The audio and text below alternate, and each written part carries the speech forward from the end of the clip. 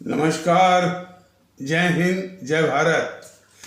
भारतीय अवाम ताकत दल अपने भारतीय भाई बहनों अर्थात अपने देश भारत की जनता अर्थात अपनी भारतीय अवाम से भारतीयता आधारित आपसी श्रद्धा, भारतीयता आधारित आपसी स्नेह, भारतीयता आधारित आपसी प्रेम, भारतीयता आधारित आपसी अखलाक मोहब्बत, भारतीयता आधारित आपसी सहयोग, भारतीयता आधारित आपसी सम्मान, भारतीयता आधारित आपसी एकता, भारतीयता आधारित आपसी भाईचारा तथा भारतीयता आधारित आपसी सद्भाव को समझने एवं उसे आत्मसात करके वैसा ही और उसी अनुसार आचरण एवं व्यवहार करने हेतु और इसके समस्त भारत में प्रचार प्रसार करने हेतु और प्रत्येक देशवासी को इसकी अहमियत और महत्व को समझाकर उसे अपनाते हुए वैसा ही और उसी अनुसार आचरण एवं व्यवहार करने हेतु और प्रत्येक देशवासी को अपना ही भारतीय भाई बहन मानकर, समझकर और अपनाकर उनके साथ वैसा ही और उसी अनुसार आचरण एवं व्यवहार करने हेतु सतत, सदैव और हमेशा अदब के साथ, आदर के साथ अर्ज करता है, विनती करता है।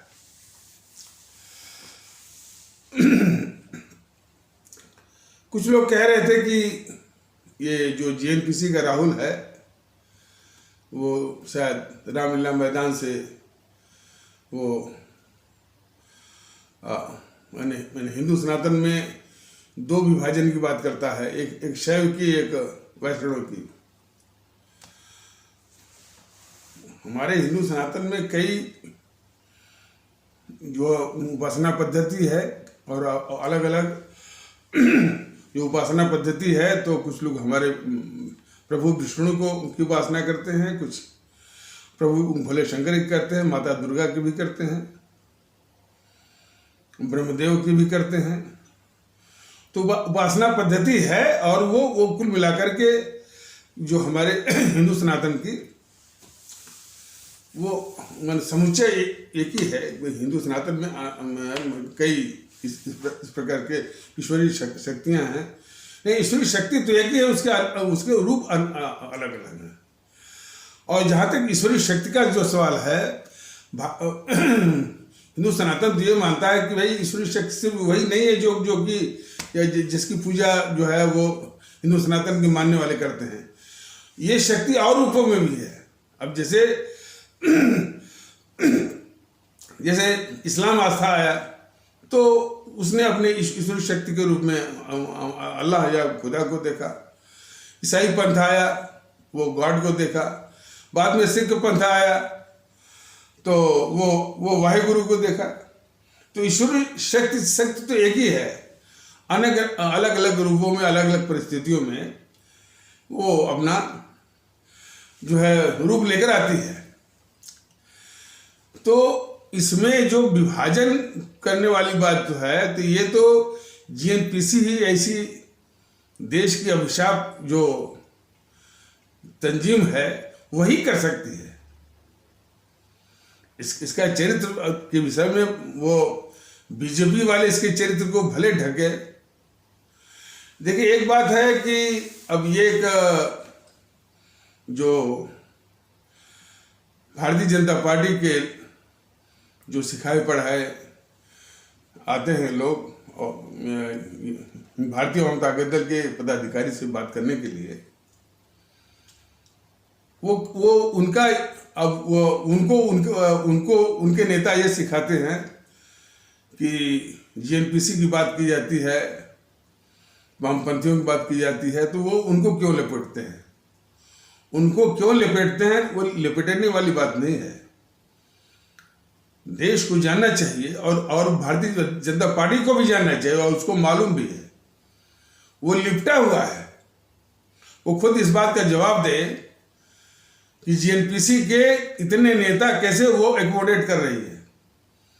कल को जेएनपीसी का नेता और कल को किसी और पार्टी का नेता जो उनको गाली दे रहा था और फट से उसको शामिल करते हैं।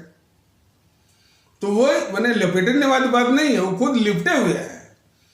तो लिपटे हुए हैं, यही तथ्य जो है भारतीय जनता दल अपने आदरणीय भारतीय भाई बहनों और अपने आदरणीय भारतीय अवाम को बता रहा है। तो लपेटने वाली बात ही नहीं है, वो लिपटे हुए हैं। ये भारतीय जनता पार्टी जो है आम आदमी से लिपटी हुई न होती तो सिर्फ मुंह से कहती है कि वो मुंह से थोड़ा गद्दार कह पाती है कि नहीं कह पाती है, शायद कह पाती है तो शायद उसके नेता वो बग्गा और कौन प्रीति पांडे इत्यादि जो है वो केजरीवाल की जो है पंजाब पुलिस के द्वारा जो है अरेस्ट न होते हैं और इसके बाद वो छोड़ भी दिए जाते हैं। ऐसा सुना है कि शायद छोड़े गए हैं तो इस शर्त पर कि फिर वो केजरीवाल के विषय में कुछ कहेंगे नहीं। तो ये सारी जो बातें हैं जो कि जनता के सामने नहीं आ पाती हैं, तो ये भारतीय जनता पार्टी से आम आदमी पार्टी से लिपटी हुई, उसे अलग अलग देखिए। इसको बिल्कुल आराम से ऐसे समझिए कि आम भारतीय भाई बहनों का जीवन दुश्वार करने के लिए ये जो गुंडे और माफिया जो होते हैं वो अलग अलग क्षेत्रों में होते हैं वो मिले होते हैं सब। जितने भी किसी भी बड़े शहर में जो आम भारतीय भाई बहनों का जो जीवन दुश्वार किए रहते हैं माफिया और गुंडागर्दी के द्वारा, तो वो माफिया गुंडा अपने क्षेत्रों के दादा होते हैं, लेकिन जितने दादा हैं वो मिले रहते हैं, वो अलग अलग क्षेत्रों में होते हैं। तो वही हाल जो है यहां पर है। अब ये केजरीवाल के विषय में बीजेपी के सिपा सालार बहुत कुछ कहेंगे, यूट्यूब पर देख लीजिए, तमाम वर्णन करेंगे। तो सवाल है कि कहने से क्या होगा? जिसको कार्रवाई करनी है वो तो कार्य की तरफ बैठा हुआ है मोदी, और अपने सिपा सालारों से बस उनके विषय में यानी वर्णन जो करवाता है। सवाल इस बात का है जनता को राहत कैसे मिलेगी? वो हर्षवर्धन त्रिपाठी या प्रदीप सिंह और डीके दुबे इत्यादि को वर्णन करने से जाएगी? तो समस्या का समाधान होगा कि जो है मोदी जी की कार्रवाई से, इन देश के दुश्मनों के खिलाफ मोदी जी की कार्रवाई से हमारी आवाम को राहत होगी, या डीके दुबे, हर्षवर्धन त्रिपाठी और ये प्रदीप सिंह इत्यादि जो इनके चमचे हैं उनके द्वारा जो है वो इनके वर्णन वो करने से आएगी? और जहां तक की कार्रवाई करनी है तो ये निकम्मा, ये मोदी निकम्मा भी है, अराजक भी है, और कुछ लोग नपुंसक कहते हैं, लेकिन निकम्मा अराजक तो है। वो खुद अपने गिरेबान में झांक कर देखें मोदी महोदय, वो प्रधानमंत्री हैं उस भारतीय जनता पार्टी से के नेता के रूप में, जिसके नेता को उन्हीं के अधीन एक केजरीवाल जो है उनके कार्यकर्ताओं को पकड़ करके पंजाब पुलिस से पकड़वाता है। बताइए अब इससे बड़ी अराजकता क्या हो सकती है? अब बीजेपी वाले अब इसको किस तरह ढकते हैं? ये सीबीआई भेजते हैं मोदी महोदय, वो ममता बनर्जी रोक देती है। ये सीबीआई भेजते हैं तो उसमें था वो चंद्रबाबू नायडू, उसने रोक दिया। तो कौन सी अथॉरिटी रह गई सीबीआई की, और कौन सा इकबाल रह गया सीबीआई का? कौन सा इकबाल रह गया प्रधानमंत्री का?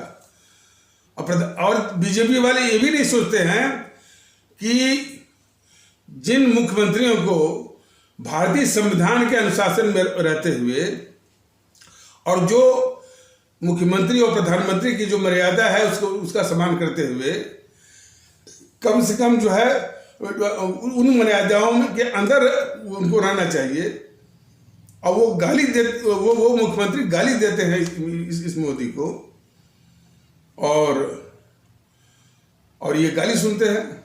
और शायद कोई कह रहा था कि मोदी महोदय कहते हैं कि भाई हमको शायद कितनी भी गाली पड़े तो हम पर कोई फर्क नहीं पड़ता, और हम तो उन लोगों में से हैं जो कि हम पर पत्थर मारते हैं तो हम उन पत्थरों से अपनी सीढ़ी बनाते हैं। भारतीय जनता दल ने कहा कि मोदी महोदय, यदि आपके ऊपर मारे गए पत्थरों से आप जो सीढ़ी बनाते हैं, इस तरह का आपने जो तरीका सीखा है, तो बेहतर है कि प्रधानमंत्री के पद का त्याग कर दीजिए।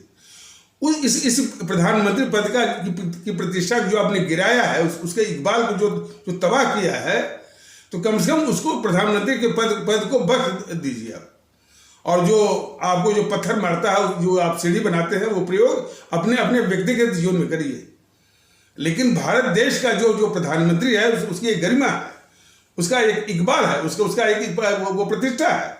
वहां पर यह प्रयोग कि मुख्यमंत्री आपको गाली दे और उसे आपको पत्थर बनाइए, पता नहीं किस चीज का पत्थर बनाते हैं, चुनाव जीतने वाला पत्थर बनाते हैं कि नहीं, मारे गए पत्थरों से किस चीज की सीढ़ियां बनाते हैं, चुनाव जीतने वाली सीढ़ी बनाते हैं कि क्या बनाते हैं। तो ये प्रयोग जो है, मतलब कि जो भारतीय व्यवस्था में रह करके, भारत के प्रधानमंत्री रह करके ये प्रयोग मत करिए। यह देश को बहुत दुख देता है कि आपके शासनकाल में जितने भी माने संविधान विरोधी, संविधान की मर्यादा का जिनको कोई ख्याल नहीं है, अपने पद की गरिमा का विशेष ख्याल नहीं है, वो राज्यपाल को गाली देते हैं, राज्यपाल को अपमानित करते थे, प्रधानमंत्री को गाली देते हैं, प्रधानमंत्री को अपमानित करते हैं। और ये मोदी महोदय वो प्रयोग करते हैं कि कोई उनको पत्थर मारता है तो उन पत्थरों से ये सीढ़ी बनाते हैं। तो मोदी महोदय, ये जो प्रयोग आपका है कि कोई आपको पत्थर मारे और आप उससे सीढ़ी बनाए, ये अपने व्यक्तिगत जीवन में करिए। भारतीय व्यवस्था को बख्श दीजिए, प्रधानमंत्री के पद की गरिमा को बख्श दीजिए।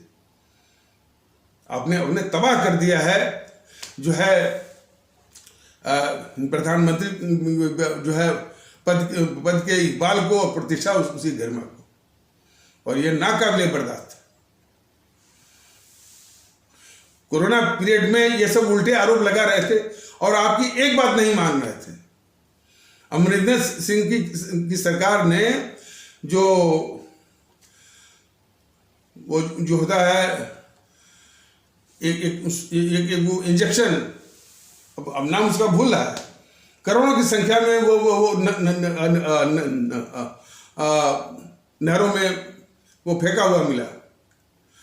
कंसंट्रेटर, ऑक्सीजन कंसंट्रेटर की कालाबाजारी इसी सोनिया गांधी का कोई पीए था, कालरा करके, नीरज कालरा।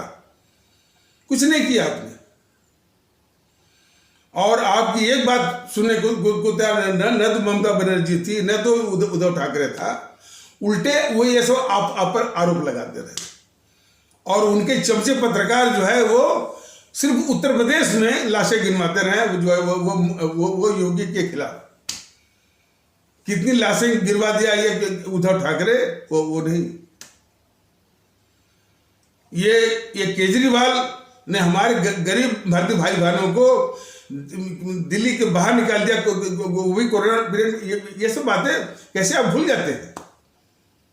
यही केजरीवाल कोरोना के अवधि में मानवीयता के आधार पर, और वैसे भी जिसकी सरकार जो है, जिसका दायित्व और जिम्मेदारी बनती है कि इस अवधि में अपने जनता की खिदमत करे और उसको राहत पहुंचाए, उसी अवधि में इसने गरीब भारतीय भाई बहनों को, अपने मजदूर भारतीय भाई को बाहर निकाला। और आपके आंखें सामने, और इन जो पार्टियों ने, वो खासकर जीएनपीसी, कि हमने जो है वो टिकट कटवाया बॉम्बे से, तो वो मजदूर भारतीय भाई बहन वहां गए। तो ये बीजेपी वालों को पता है, लेकिन ये इतनी भारतीय समाज विरोधी, भारतीय समाज के लिए अभिशाप पार्टियों को ये अच्छी तरह पालते हैं, सामने रखते हैं, सामने रख करके चुनाव जीतते हैं। ये इनकी एक साजिश का हिस्सा है। तो इन समाज के अभिशाप पार्टियों को, जैसे जेएनपीसी है, ये आम आदमी पार्टी है, इससे समाज पर कष्टों का एक जो है एक अंबार वो बरपाते हैं और इन्हीं का वर्णन करके ये चुनावी माहौल बनाते हैं। हमारे देश की जनता, हमारे जो आदरणीय भारतीय आवाम जो है, उससे इस बीजेपी का कोई मतलब नहीं है। ये जो है वो जो कांग्रेसियों की तरह जैसे वो मनरेगा लाए उसी तरह से इनके दिमाग में आया कि जो है बेनिफिशियरी स्कीम की खाता खोल दिया, सिलेंडर दे दिया और बिजली का कनेक्शन दे दिया, घर दे दिया और राशन दे दिया। तो इस फ्री स्कीम से जो वोट बटोर है तो उसी का तो प्रयोग ये कर रहा है केजरीवाल, फ्री बिजली। तो ये फ्री वाला और जनता को फ्री देने की बजाय हमारी जनता को उस योग बनाने की आवश्यकता है कि आपके फ्री की जरूरत न हो। इस पर आप नहीं सोचते हैं। उसको इस तरह से बना के रखिए ताकि आपका जो फ्री वाला है वो मिलता रहे और आपको वोट मिलता रहे। तो आप उन्हीं समाज विरोधी जो दल रहे हैं ताकि उन्हीं से सीख करके आप उसी का एक विकराल रूप आप जो है लागू कर रहे हैं ताकि फ्रीशिप की या फ्रीबीज की या मुफ्त की जो योजनाएं लोगों को बांट करके अपने पक्ष में वोट लेकर के सत्ता में हत्याने की बात है।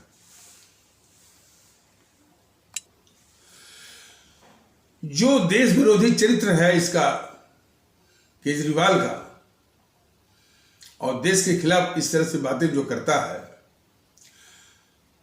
जब वो कुमार विश्वास चुनाव के दौरान बस इतना ही कहा कि हम अपनी बात को वापस लेते हैं। बस एक बार केजरीवाल महोदय ये कह दे कि वो खालिस्तान का पब्लिकली, माने सार्वजनिक रूप से, कि केजरीवाल महोदय ये सार्वजनिक रूप से कह दे कि वो खालिस्तानी आतंकवाद का विरोध करते हैं। तो जो सार्वजनिक रूप से खालिस्तानी आतंकवाद का विरोध माने करने की स्थिति में नहीं है या उसकी मानसिकता नहीं है, तो वह इस मुल्क के लिए जो है वो कितना खतरनाक हो सकता है। अब वो बात दूसरी है कि कौन सी मानसिकता हमारे पंजाब में रहने वाले भारतीय भाई बहनों की रही कि जो कि इस इतने खतरनाक देश के गद्दार केजरीवाल को जिन्होंने वोट दिया। ये बहुत बड़ी समस्या है, बहुत बड़ी समस्या है। भारतीय जनता दल बराबर जो है भारतीयता की बात कर रहा है, भारतीय एकता की बात कर रहा है।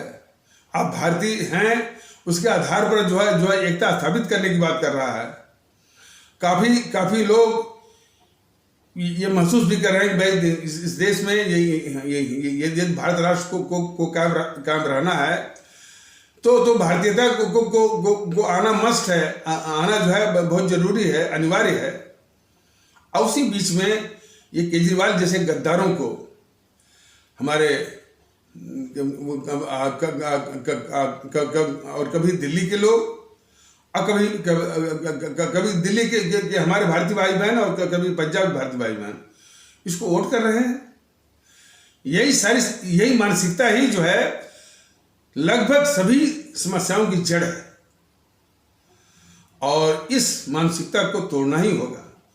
इस मानसिकता के पहाड़ को तोड़ना ही पड़ेगा और कोई आज की नहीं है। मैं याद दिलाता हूं इस मानसिकता के नमूने जिस साल 1984 में हमारे 6000 सिख आस्था वाले भारतीय भाई बहन मारे गए, कोई रोष हुआ पूरे देश में, लेकिन लोगों ने जिसने कत्ल करवाया उसी को सबसे अधिक लोकसभा में सीटें दे करके उसके सरकार बनवाया।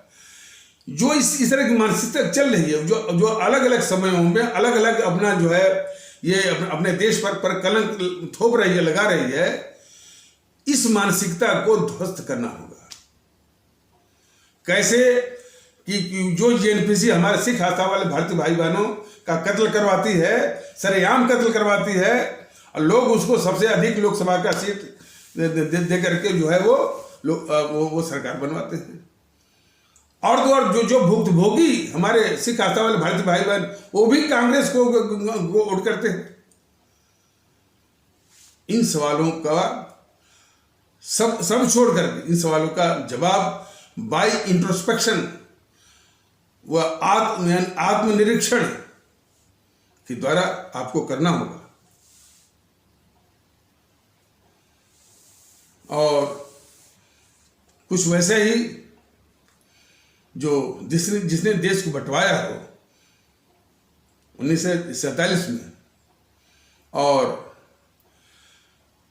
25 से 30 लाख लोगों की हत्या करवाई हो,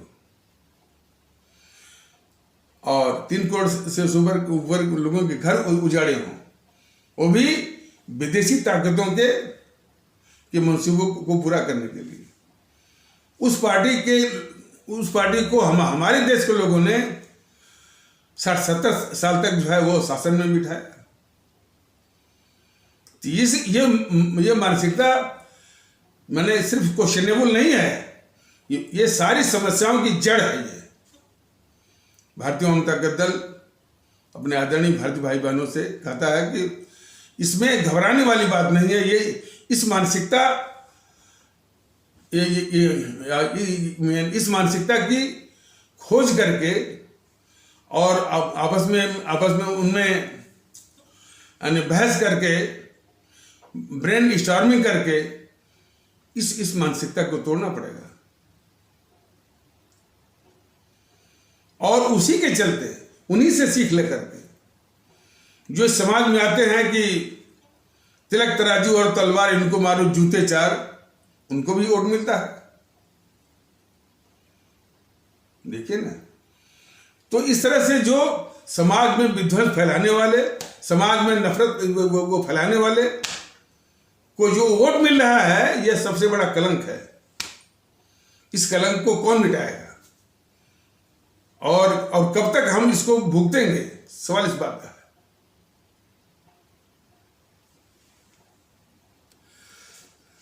जो संस्थाएं इन समूह ने बनाई है, चुनाव आयोग है, हाई कोर्ट, सुप्रीम कोर्ट है, वो इन्हीं जो देश विरोधी ताकतें हैं उन्हीं के इर्द गिर्द घूमती हैं।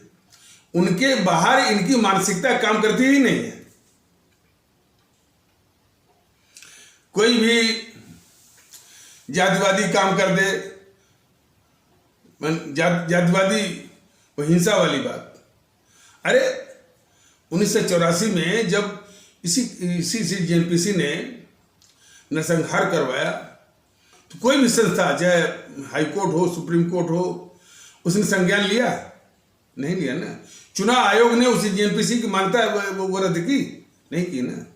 ये तो सामने था। तो ये जो मानसिकता जो है,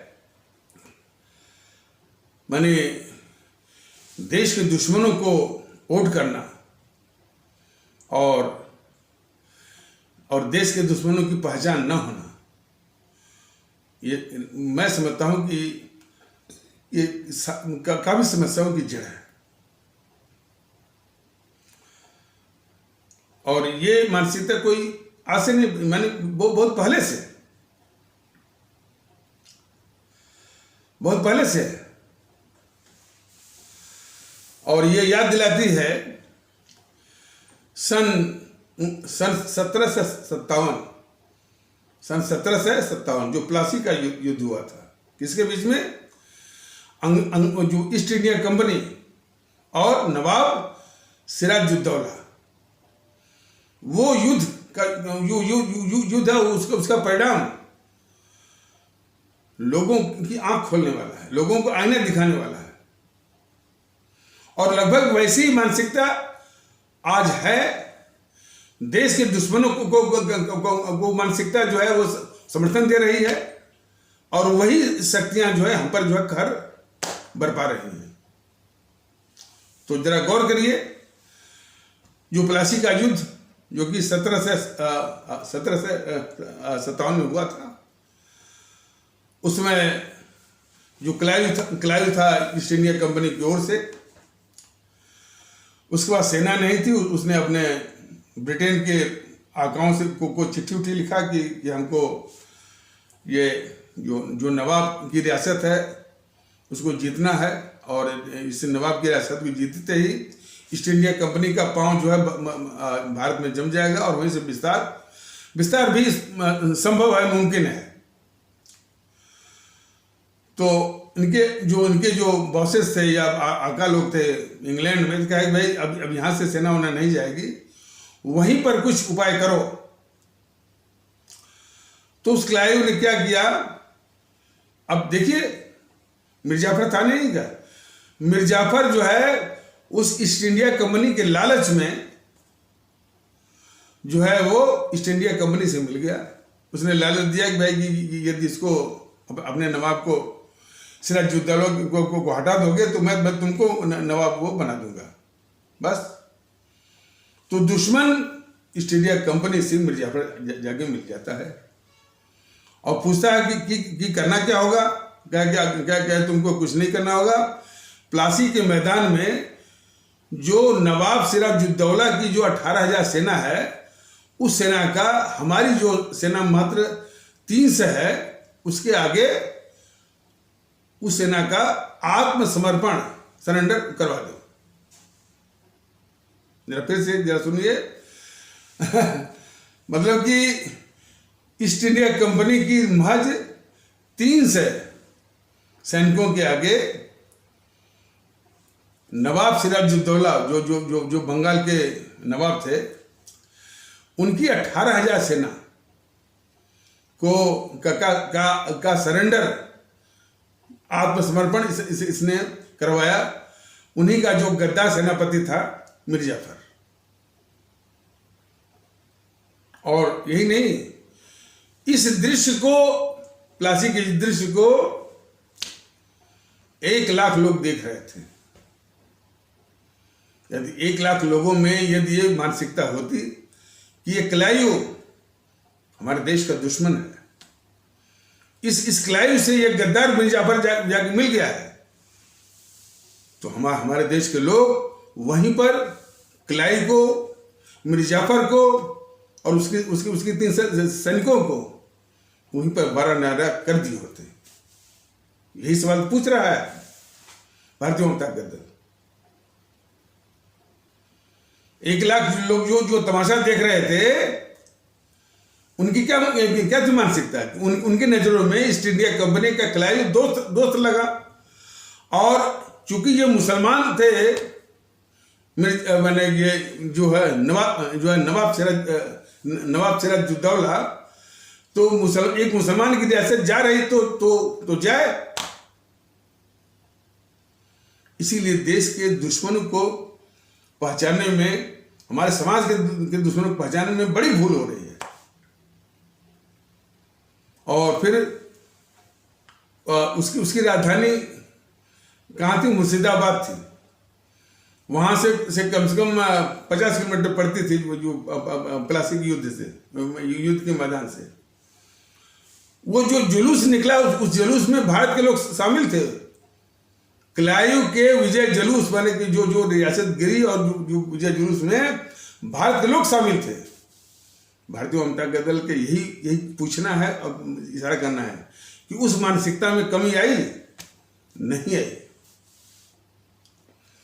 भारत विभाजन इन्हीं गद्दार जवाहरलाल नेहरू और जो है मोहनदास करमचंद गांधी, इसके विषय में बराबर जो है भारतीय जनता दल लोगों को अवगत करा रहा है, उनको जागरूक कर रहा है। बीजेपी के सरकार क्या कर रहे हैं कि पुराने मुर्दों को उखाड़ने से, पुराने गड़े मुर्दों को उखाड़ने से क्या फायदा? ये गड़ा मुर्दा है, गड़ा मुर्दा हो गया। जिस ऐतिहासिक घटना ने 25 से 30 लाख लोगों की हत्या करवाई हो, देश बंटवाया हो, 3 करोड़ तो ये उड़ता गड़ा हो, ऐसे कहने वालों को इनकी मानसिकता जरा पड़ी है। क्यों ऐसा कहते हैं कि नेहरू और गांधी के पापों को ढका जाए, यही तो मानसिकता है। तो वो ये जीएनपीसी उस विभाजन के पाप को कभी जिन्ना साहब के मत थे, कभी आरएसएस के मत थे, कभी सावरकर के मत थे, कभी हिंदू महासभा के मत थे, और इसे गद्दार मोहनदास करमचंद गांधी ने तो अंत में इस देश की जनता के मत्थे ही डाल दिया। इसने देश को बांटने का ठीक रहा। देखिए इसको, देश विभाजन हुआ या जो है या जो प्रभावित हुए, जो जिन परिवारों, जो परिवार उजड़े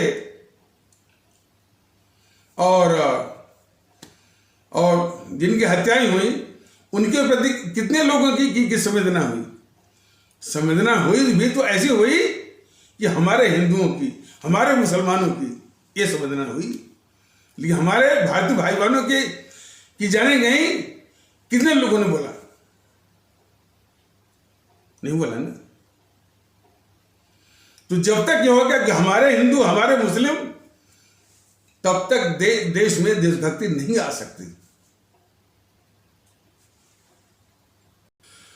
तो उस विभाजन की त्रासदी को देश को भूलना नहीं है, और उनके जिम्मेदार, उनके गुनाहगारों को आज वोट मिल रहा है, उनके गुनाहगारों को राष्ट्रपिता के रूप में किया जा रहा है, और उनको राष्ट्रपिता, ये जो राष्ट्रवादी बनते हैं मोदी महोदय, ये भी उसको राष्ट्रपिता के रूप में पूज रहे हैं।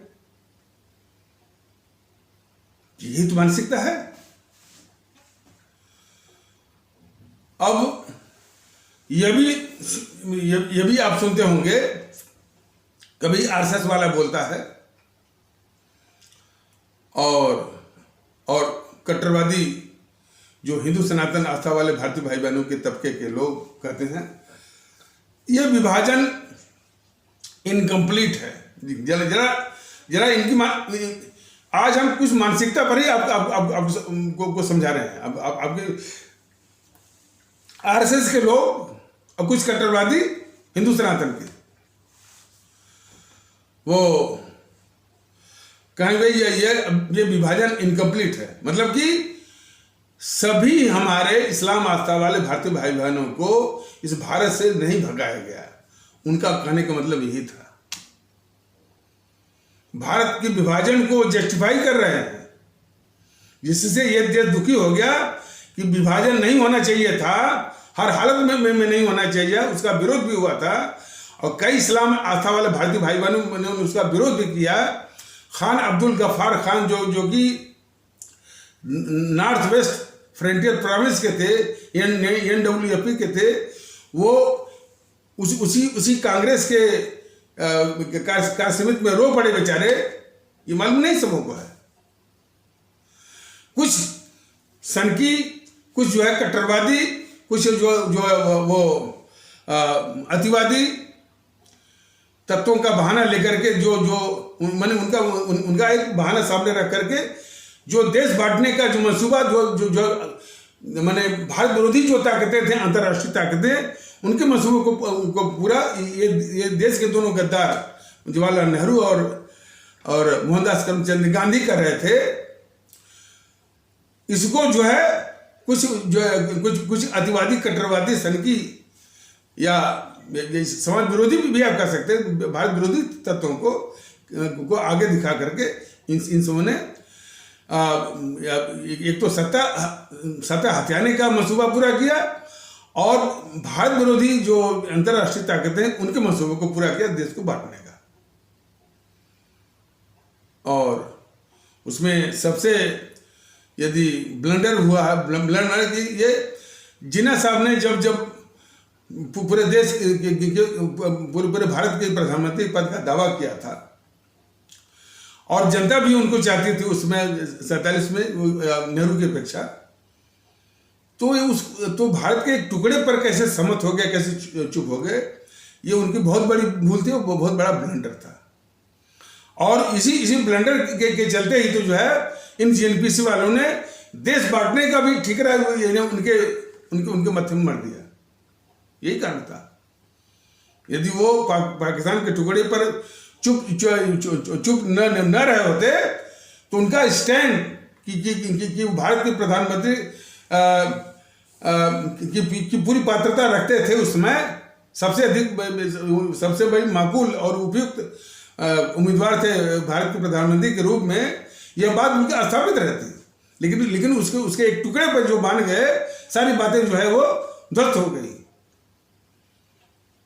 तो खैर, भारत विभाजन के विषय में ये देशद्रोही बीजेपी वाले कहते हैं, देशद्रोही मैं कहूंगा कि पूरी विभाजन किसने करवाया, कौन दोषी है, कौन उसका असली किरदार है, उसको ढकेंगे। और सिर्फ विभाजन विभीषिका का एक कहानी जैसे कश्मीर फाइल बनी है बना करके अपने वोट, और निश्चित है कि विभाजन विभीषिका में फिर वो हिंदू वर्सेस मुस्लिम ही ये डालेंगे, ये देश के दुश्मन बीजेपी वाले। लेकिन और वो नेहरू को बचाएंगे और मोहनदास करमचंद गांधी को बचाएंगे।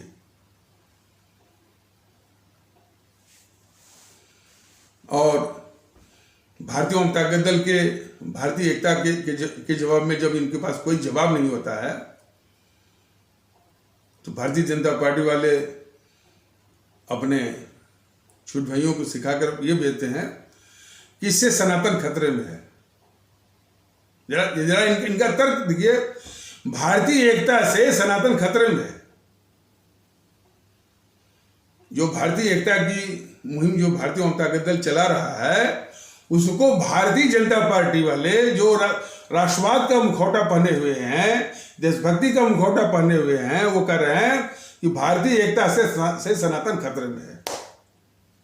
भारतीय जनता दल उनसे पूछना भी चाहता है और अपने सभी आदरणीय भारतीय आवाम को बताना भी चाहता है कि जो कि यानी कल भी इस बात के जिक्र साथ वीडियो में हुआ था, जो हमारा हिंदू सनातन का जो आदर्श रहा है और जो कि वो संस्कृत के श्लोक में कि अयम निजः परो वेति गणना लघुचेत साम उदार चरिता नाम तू वसुधैव कुटुंबकम। मैं फिर से कह रहा हूं, तो जिस हिंदू सनातन ने एक आदर्श पूरी मानवता के लिए प्रस्तुत किया कि अयम निजः परो वेति गणना लघुचेत साम उदार चरिता नाम तू वसुधैव कुटुंबकम, अर्थात यह मेरा है वह तेरा है। यह जो है क्षुद्र बुद्धि वालों की होती है कि अयम निजा परोवेति गणना लघु चेतसा में, जिसकी बुद्धि छोटी होती है, माने क्षुद्र बुद्धि होती है। और जो उदार चरित्र के होते हैं उनके लिए तो पूरी पृथ्वी ही एक परिवार है। ये संदेश उन्होंने दिया।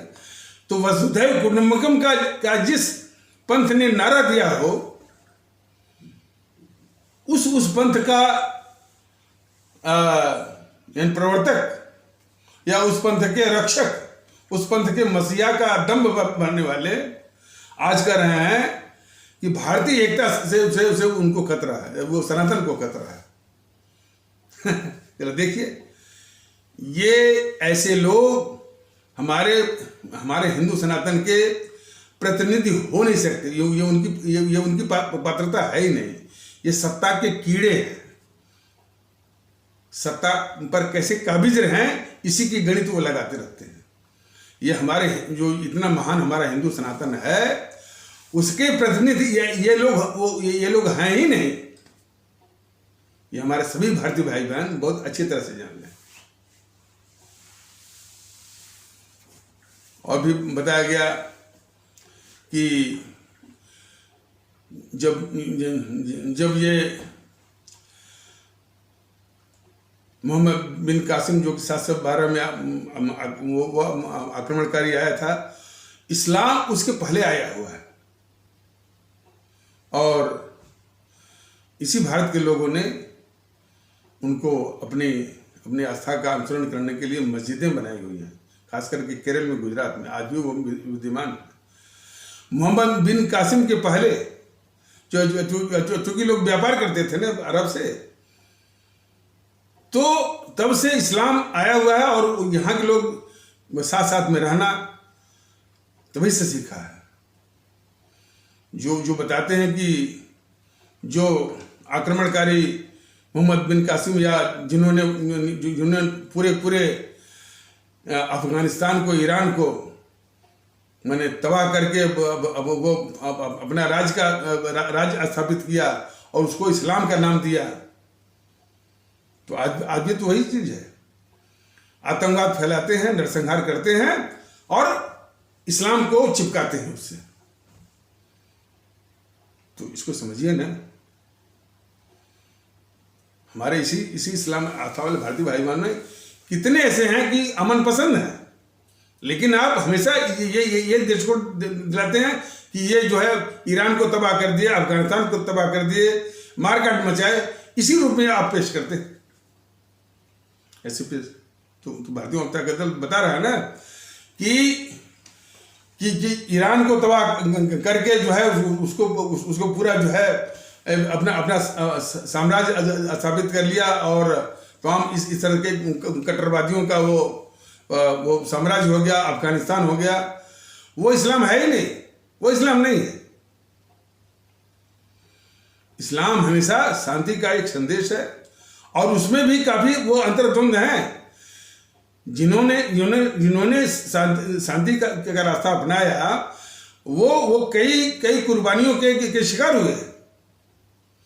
तो ज्यादा हमको ज्ञान नहीं है और हमको उस पर कुछ कहने का अधिकार भी नहीं है, लेकिन उस पंथ में शांति का रास्ता अपनाने वालों को भी कुर्बानियां देनी पड़ी।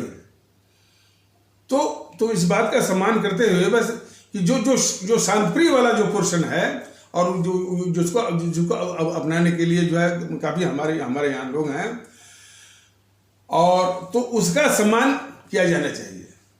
इस पर कुछ और तर्क दें कि साहब की इनकी जो कुरीतियां हैं तमाम क्या नाम है, ये बकरीद के स्थान पर तमाम पशुओं का बलि चढ़ाते हैं, ये कुरीति, इस कुरीति के विषय में भारतीय जनता दल ने बताया हुआ और भी है। इसको ये दूर कर लेंगे बशर्ते वो माहौल हो। तो हर पंथ या हर प्रांतिक समाज अपनी कुरीतियों को दूर करता रहा है। हिंदू सनातन में भी बाल विवाह था, बाल विवाह था, विधवाओं को किस तरह से लोग परेशान करते थे। बाद में आया ना कि बाल विवाह जो है वो को छोड़ना पड़ा, विधवा विवाह वो होने लगे। तो इस प्रकार से सुधार आता है, लेकिन पूरे भारतीय समाज का एक दायित्व बनता है कि उसको इस तरह से एक माहौल दे कि हमारे इस्लाम आस्था वाले भारतीय भाई बहनों के तबके में भी जो कुछ कुरीतियां हैं जो कि मानवता के खिलाफ हैं, उसको वो दूर कर लेंगे।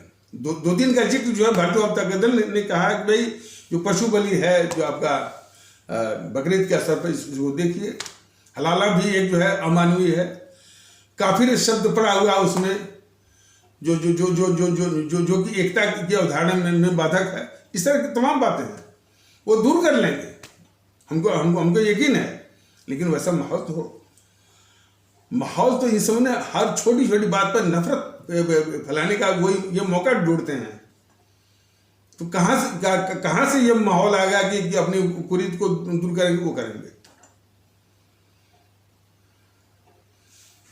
तो भारतीय जनता दल बता रहे कि एक दृष्टिकोण, एक उनकी मानसिकता पहचानिए 1757 से है कि वो हमारा दुश्मन ईस्ट इंडिया कंपनी को दुश्मन, यानी यहाँ के लोगों ने उसको दुश्मन नहीं माना। दुश्मन किसको माना? जो है नवाब सिराजुद्दौला को माना। जब उसकी रियासत गिरे तो गिरे। वही मानसिकता आज भी काम करे, और किस लिए? क्योंकि मुसलमान है। और उसके माने क्लाइव के विजय जुलूस में माने लाखों लोग शामिल हुए। प्लासी का जिसमें युद्ध हुआ, लाखों लोग तमाशा देख रहे थे। यदि उनमें देशभक्ति होती और ये भाव होती कि हमारा दुश्मन क्लाइव और ईस्ट इंडिया कंपनी है, न कि नवाब सिराजुद्दौला है।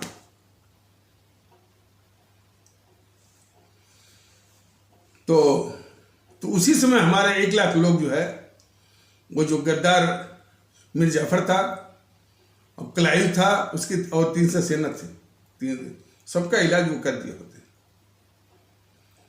और मैं समझता हूं और कि वही मानसिकता आज भी हमारे समाज को जकड़ी हुई है।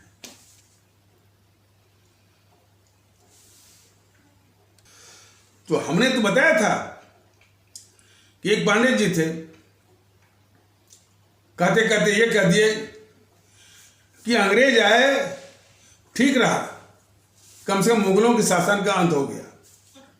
जो उनके मन के अंदर बैठी हुई बात थी वो बाहर आ गई कि साहब अंग्रेज आए ठीक रहा, कम से कम मुगलों के शासन का अंत हो गया। उन पांडे जी के को आईना दिखाना जरूरी हो गया।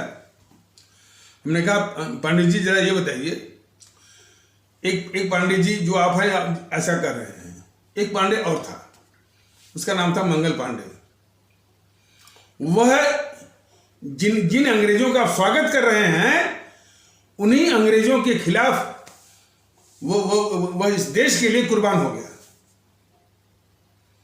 तो आप जरा कृपा करके ये जहमत करके लोगों को बताएं कि हमारा देश उस शहीद मंगल पांडे पर गर्व करे कि आप जैसे पांडे लोगों पर यकीन करें जो कि मन में ये पाले हुए हैं कि अंग्रेज आए तो ठीक रहा और जिससे कि मुगलों के शासन का अंत हो गया।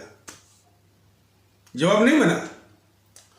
ये कट्टरवादी तत्व जो है एक गंदगी बस फैलाते हैं, जब उनको जवाब मिल जाता है तो चुप हो जाते हैं। कभी भी वो स्वीकार नहीं करते कि भाई हमसे ये बहुत बड़ी गलती हो रही है। व्हाट्सएप ग्रुप में मैं भी हूं, तमाम वहां भी गंदगी आती है, लेकिन जब जवाब उनको जब आईना दिखा जाता है, कभी भी नहीं स्वीकारते हैं कि हमसे ये गलती हो रही है, बस वो चुप होकर के लौट जाते हैं।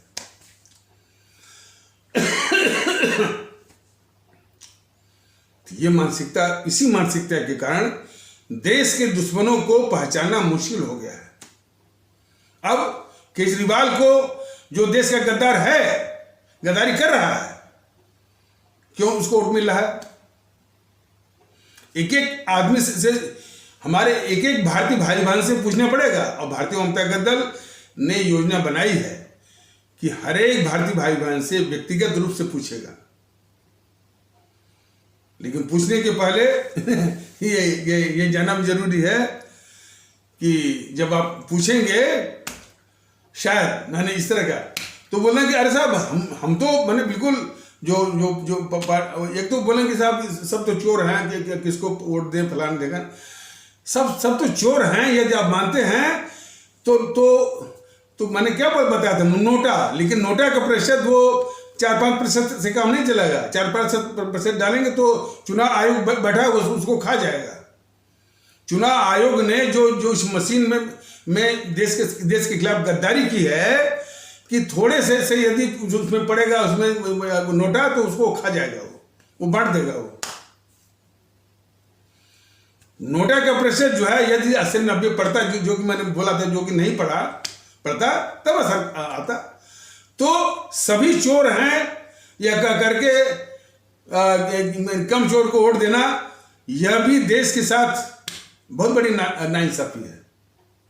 यदि सब चोर हैं तो इन सभी चोरों का निजात पानी है और इनसे और इनका निराकरण करना है। तो कुछ लोगों से मैंने पूछा तो क्या, अरे साहब हम तो नहीं, बल्कि ये जो झुग्गी झोपड़ी वाले हैं वही जो है मुफ्त पानी मुफ्त बिजली के झांसे में आ गए हैं, वही वोट करते हैं। तो फिर उनको बताना कि महोदय झुग्गी झोपड़ी वाले नहीं, बल्कि जो पॉश एरिया हैं, ग्रेटर कैलाश, जिसमें कि लोगों के मकान 10 करोड़ से लेकर के 100 करोड़ तक के मकान उनके हैं, उन लोगों ने इस गद्दार केजरीवाल को वोट दिया है। अब बताइए, हमारे एक मित्र हैं, उन्होंने, और वो उधर मैंने, और वो बड़े अधिकारी रहे हैं केंद्र सरकार में। वो कह रहे हैं कि अरे जब मुफ्त बिजली, मुफ्त पानी मिल रहा है तो हम केजरीवाल को वोट क्यों नहीं दें, बड़े अधिकारी। लेकिन ऐसे बड़े अधिकारियों को से पूछा जाना चाहिए कि क्या देश के गद्दारों को भी आप देंगे? ये बहुत बड़ा विषय है, ये हमारे देश के लिए बहुत बड़ा विषय है। देशभक्ति की भावना जगानी पड़ेगी वास्तविक रूप में। देशभक्ति की भावना चूंकि नहीं है, अवाम भक्ति की भावना चूंकि नहीं है, तभी ये देश के दुश्मनों को वोट मिल रहा है। सीधी बात। तभी 6000 हमारे सिख भारतीय भाई बहनों की हत्या करने के बाद भी, और ये सवाल भारतीय जनता दल इसको छोड़ेगा नहीं, बार बार उठाएगा कि 1984 में वो गद्दार राजीव गांधी तो बोल के निकल गया कि जब बड़ा पेड़ गिरता है तो धरती हिलती है, और किसी कांग्रेसी ने इसके प्रति अफसोस जाहिर नहीं किया, क्षमा नहीं मांगी, कुछ नहीं किया। इन सबों ने अफसोस जाहिर करने में भी कितनी बड़ी गद्दारी की इसी जेएनपीसी वालों ने। इन्होंने मनमोहन सिंह से माफी मंगवाई। मनमोहन सिंह का क्या रोल है भाई? मनमोहन सिंह के उन्हीं को लोग तो शिकार हुए थे। मनमोहन सिंह के ही जो है के लोग, मनमोहन सिंह के समुदाय के लोग ही तो जो है शिकार हुए थे। तो जो शिकार हुए थे, हालांकि इस तिकड़म में मनमोहन को प्रधानमंत्री बनवा करके कुछ हमारे सिख जो है सिख आस्था वाले भारतीय भाई बहनों को ललचाने का एक षड्यंत्र किया इस जेएनपीसी ने। मनमोहन को लोग कहते हैं क्योंकि वो बोलते नहीं थे और हमेशा जो है बिल्कुल सोनिया गांधी के आगे हाथ जोड़े खड़े रहते थे। वो लगभग एक रबर का मुहरा बन गए थे। लेकिन असल बात है कि मनमोहन को प्रधानमंत्री बनाने का जो असली कारण था कि जो 84 का जो इन सबों ने जो पाप किया था, उस पाप के चलते कुछ हमारे सिख आस्था वाले भारतीय भाई बहनों को मिलाने के लिए। लेकिन सवाल तो तभी आता है कि हमारे जो सिख आस्था वाले भारतीय भाई बहन जो कि उसके भोगी शिकार हुए हैं, उन्होंने वो क्यों इस जेएनपीसी जो हत्यारिणी जेएनपीसी को वोट कर रहे हैं? सवाल तो ये भी है ना। सारा वो किसान आंदोलन सब पीछे रख दीजिए। ये सब इन सवालों का जब तक गुत्थी सुलझेगी नहीं, हमारा देश सुरक्षित नहीं हो सकता।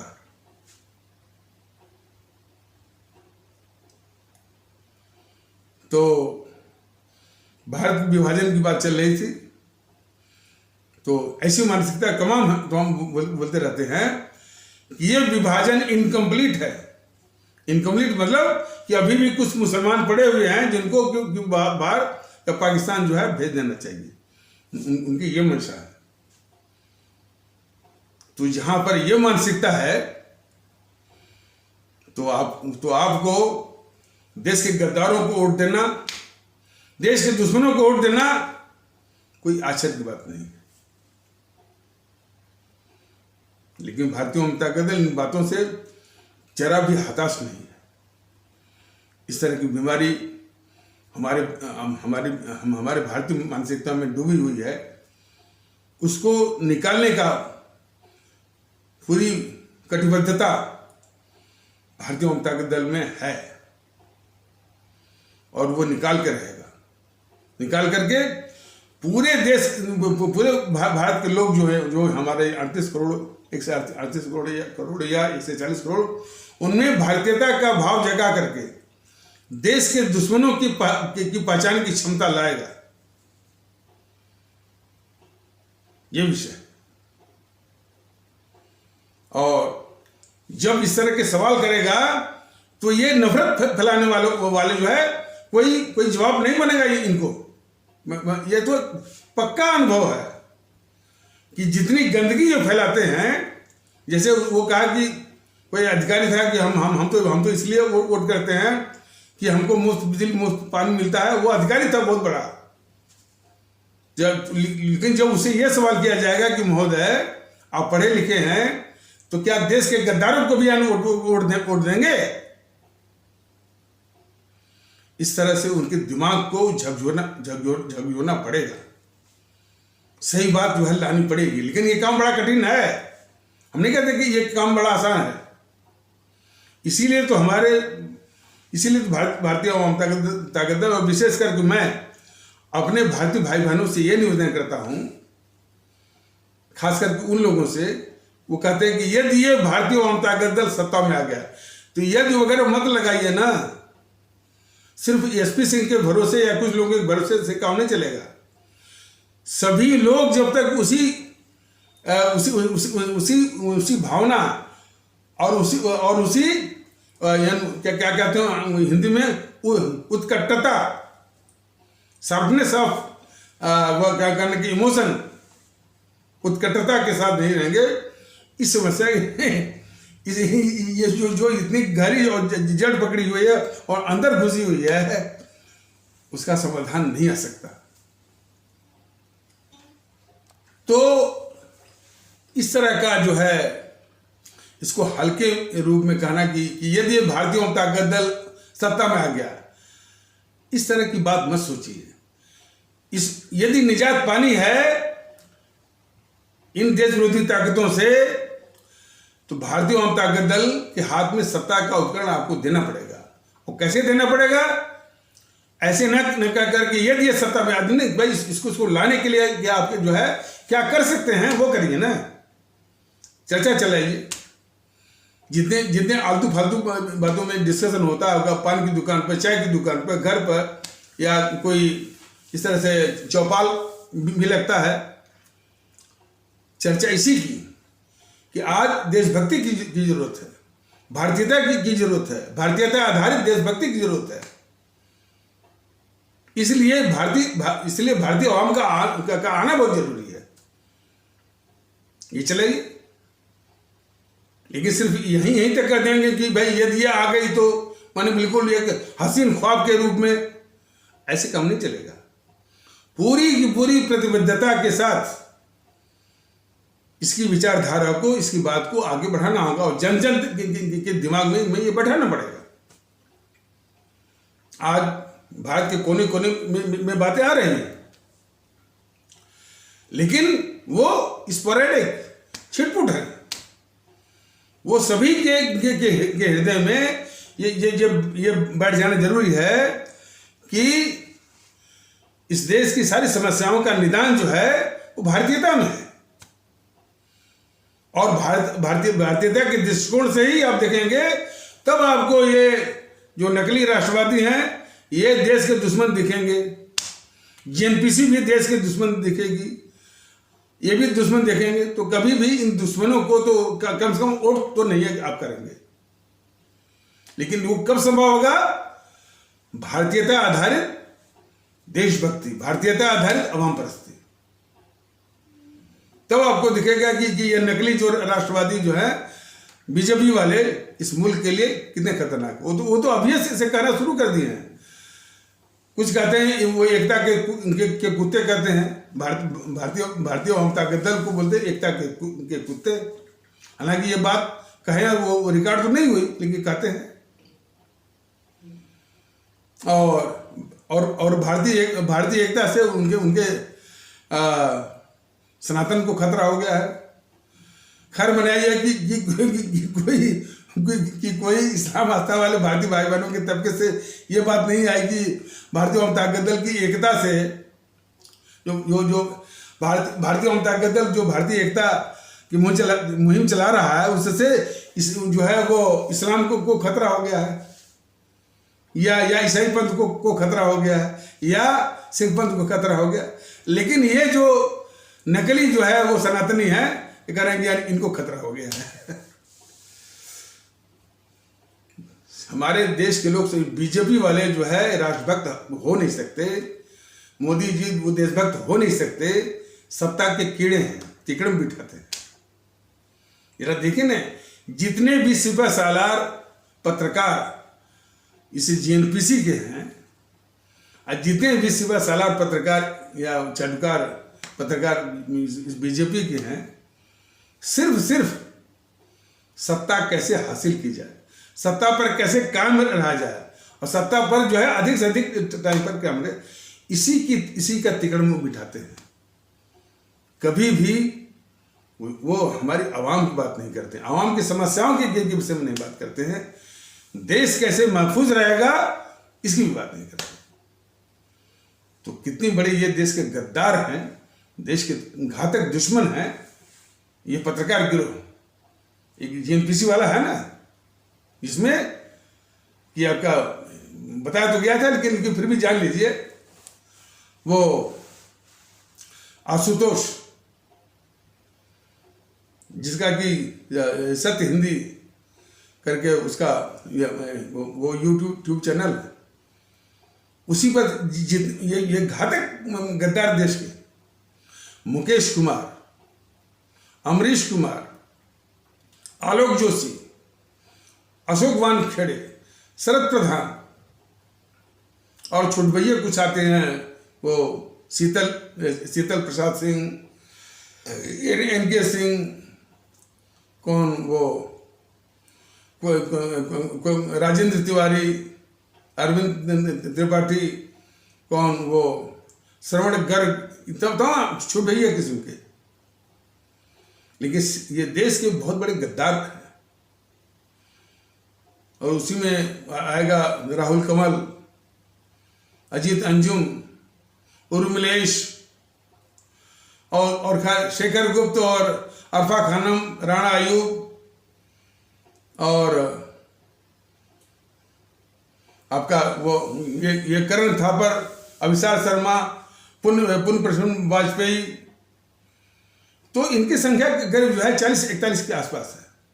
यह देश के बहुत ही, ये जीएनपीसी के चमचे ही नहीं, देश के लिए बहुत खतरनाक गद्दार हैं, जो अब इनका डिस्कशन इनकी परिचर्चा जब भी आप सुने, सिर्फ जो जीएनपीसी समाप्त हो गई है इन चुनाव में, कैसे वापस आए और कैसे आकर के फिर लूटे और फिर कैसे वो इस देश को नरक बनाए, इसकी साजिश वो करते रहते हैं। क्या क्या उसने पाप किया है, किस तरह से इस देश को लूटा है, संवैधानिक संस्थाओं को उसने रौंदा है, लोकतंत्र की हत्या की है, इस पर एक शब्द नहीं बोलते ये गद्दार जो अभी नाम बताया गया है पत्रकार।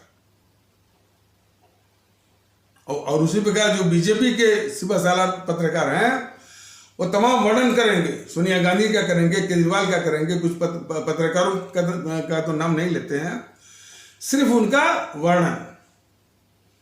तो हर्षवर्धन त्रिपाठी महोदय या डीके दुबे महोदय या प्रदीप सिंह महोदय इत्यादि जो है, आपके वर्णन करने से वो समस्या जाएगी। समस्या तो तब जाएगी जब वो मोदी जी पूरे मन से कार्रवाई करें। अब मोदी जी के काम करने की शैली तो हमने एक तो कार्रवाई करते भी नहीं है, यानी देश के दुश्मनों के खिलाफ कार्रवाई करते भी नहीं है। लेकिन मान लीजिए इतना बड़ा, मान लीजिए जैसे कि सीए पर हिंसा हुई, सीए पर जो हिंसा हुई वो बहुत कुछ इंडिकेटर्स, बहुत कुछ मानक वो समझाता है कि किस तरह से उसे माहौल को गरमाया गया, जो हमारी आवाम को, विशेष करके हमारे इस्लाम आस्था वाले भारतीय भाई बहनों के दिमाग को पॉइजन किया गया, उनके जहर बनाया गया। और किसने किया? इस गद्दार जीएनपीसी ने। उस गद्दार जीएनपीसी की कौन? गद्दार सोनिया गांधी ने। कहाँ कहा? रामलीला मैदान से। क्या कहा कि अभी भी घरों में क्यों बैठे हो, घरों में बैठने वाले कैर कहलाएंगे, घरों से बाहर निकलो, सड़क पर आओ। और इनडायरेक्टली उसने इंसाइट किया कि उपद्रव मचाओ, हिंसा करो, देश में अस्थिरता फैलाओ। तो वो भड़काने वाली गद्दार जो है वो सोनिया गांधी। और इस तरह का करवाने वाला उसी जीएनपीसी का अवतार ये गद्दार केजरीवाल। तो केजरीवाल ने अपने जो पहली हिंसा भड़की वो ताहिर हुसैन के द्वारा। और देश ने देखा होगा कि जो बस जलाई गई थी जामिया मिलिया में, और जामिया मिलिया में वो कंडक्टर की सावधानी से काफी लोग बच गए। कंडक्टर ने सारे यात्रियों को निकाल दिया था, लेकिन यदि वो न निकाला होता तो कितने लोगों की, सैकड़ों लोगों की जान जो है वो वहीं पर जाती। तो कराने वाला कौन था? ये गद्दार, देश का गद्दार केजरीवाल।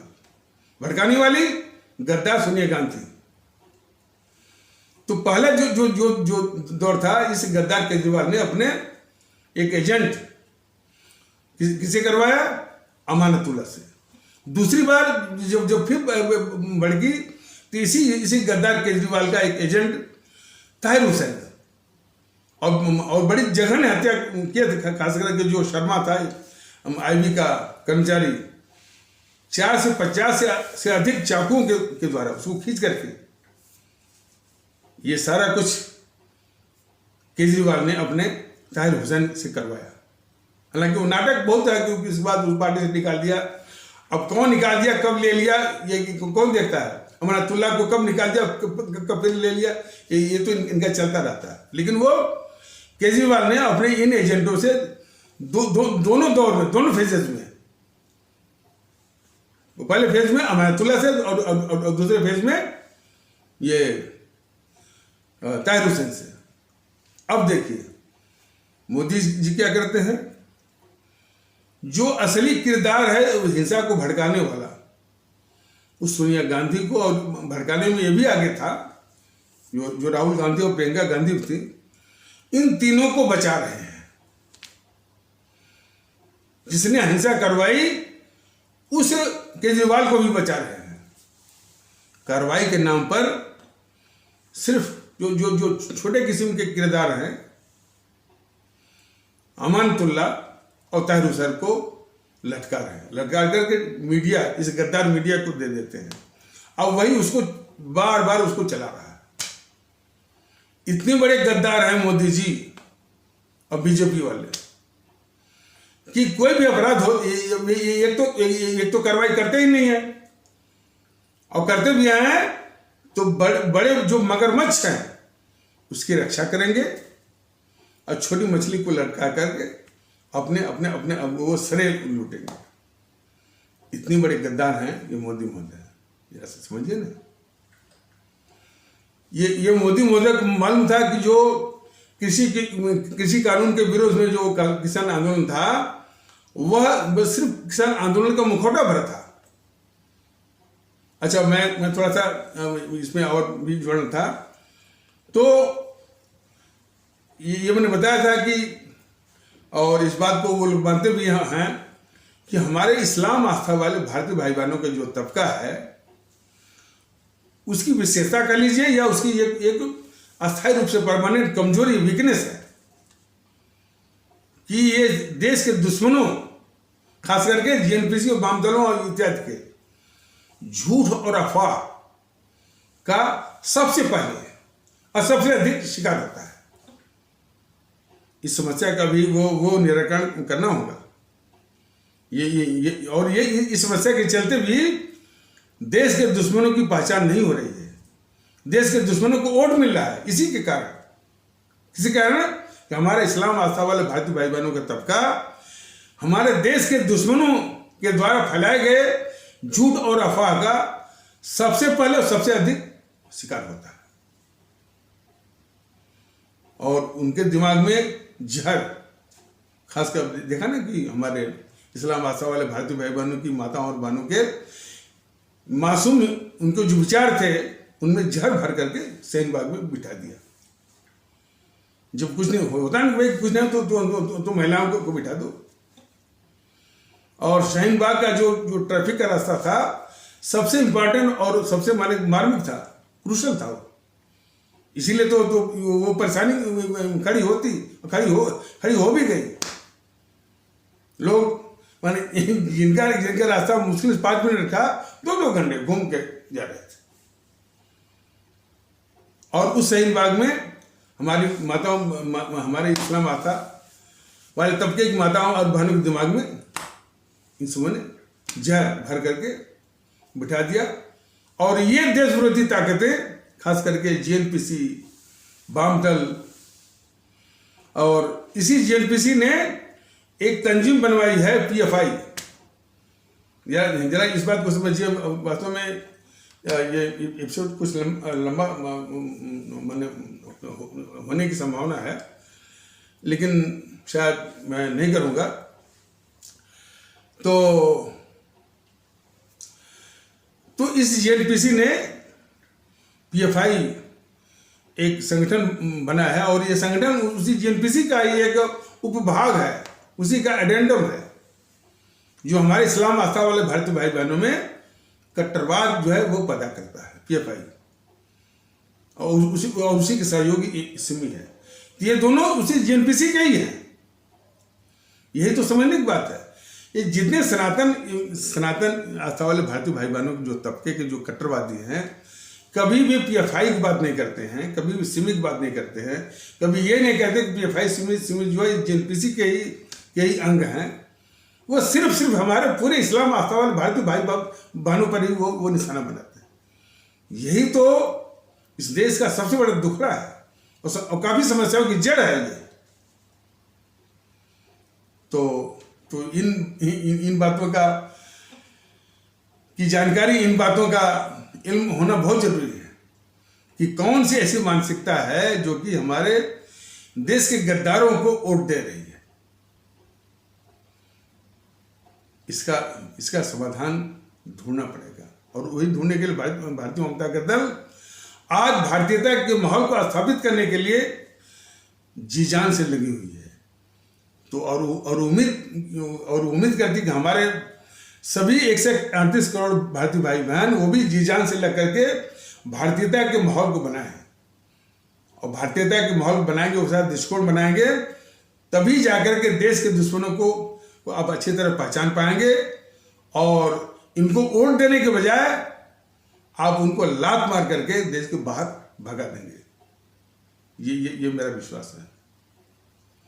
तो हालांकि लोग बोलेंगे कि ये कौन सी भाषा है। बिल्कुल भाषा है भाई।